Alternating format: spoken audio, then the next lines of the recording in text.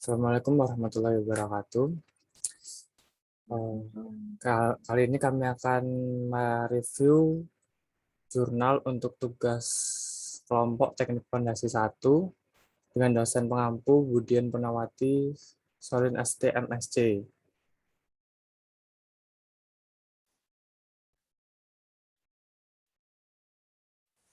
Kami dari kelompok 31 beranggotakan saya sendiri, Muhammad Ananda Putra dengan NPM 180350127.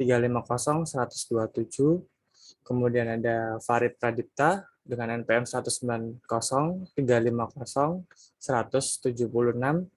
Kemudian ada Jeffrey Ananda Umbu Panggat dengan NPM 19035011106. Kemudian Bareal Kitegar Janitra dengan NPM 19035010114.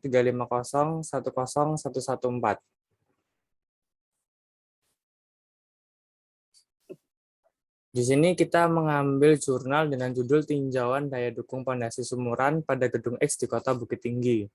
Nama penulisnya Asri Yuda Trinanda, jurnalnya Riset dan Investasi Teknologi, dengan volume 1 nomor 1 dari halaman 26 sampai 31 tahun 2021.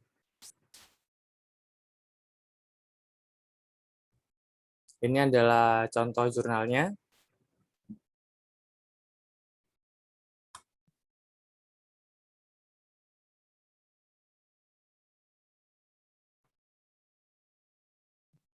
Daftar isi pada jurnal abstrak tujuan, metodologi penelitian, hasil penelitian, kesimpulan.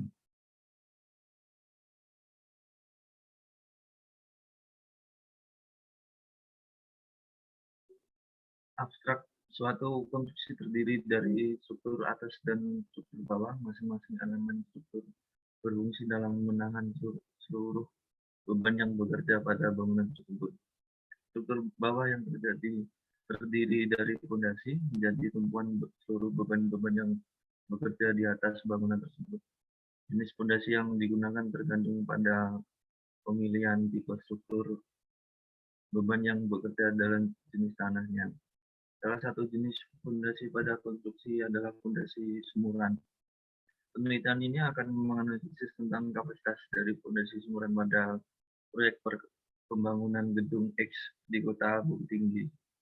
Dalam perhitungan kapasitas daya dukung fondasi menggunakan dua metode, yaitu metode Terzaghi dan metode Meyerhof.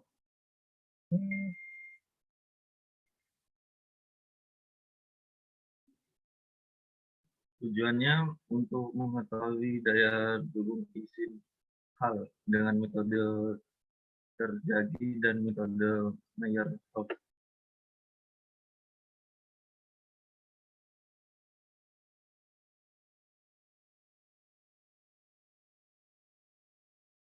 Metode penelitiannya, lokasi penelitian. Penelitian dilakukan terhadap salah satu gedung X di Kota Bukit Tinggi. Gedung X merupakan gedung bertingkat yang digunakan untuk pendidikan. Penelitian dilakukan terhadap kapasitas suatu tipe fondasi sumuran yang dipakai pada bangunan tersebut. Data sekunder yang digunakan dalam penelitian ini meliputi data penyelidikan tanah dan data fondasi atau gambar detail fondasi.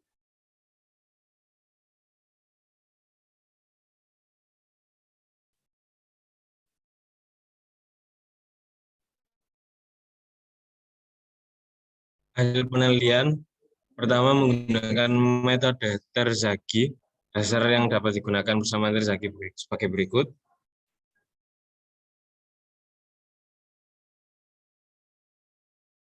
Dengan keterangan yang tertulis di layar PPT. Kemudian yang kedua menggunakan metode Terzaghi juga. Kelanjutan dari yang pertama tadi.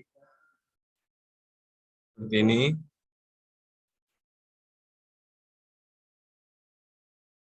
Kemudian yang ketiga menggunakan metode Meyerhof dengan kapasitas daya dukung fondasi dangkal. Teori Meyerhof ditulis sebagai berikut. Dengan keterangan seperti di samping kanan. Kemudian dilanjut lagi menggunakan metode Meyerhof dengan rangkuman data perhitungan sebagai berikut.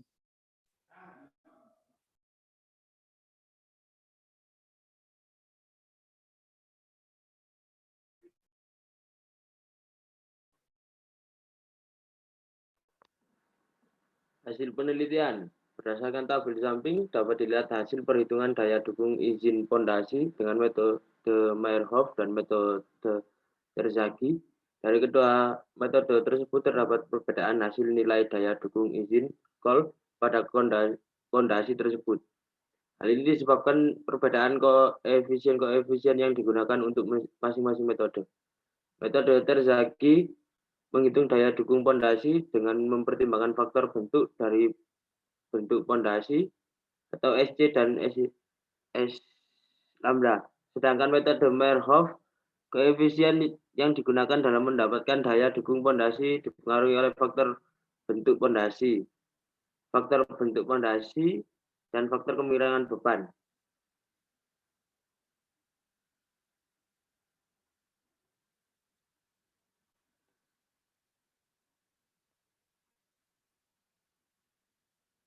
Kesimpulan. 1. Jenis pondasi yang ditinjau dari penelitian ini adalah pondasi sumuran dengan diameter 1,2 m dan kedalaman 3 m. Daya dukung izin atau kol dengan metode Terzaghi diperoleh sebesar 2524,30 kN dan metode Meyerhof sebesar 1759,57 kN.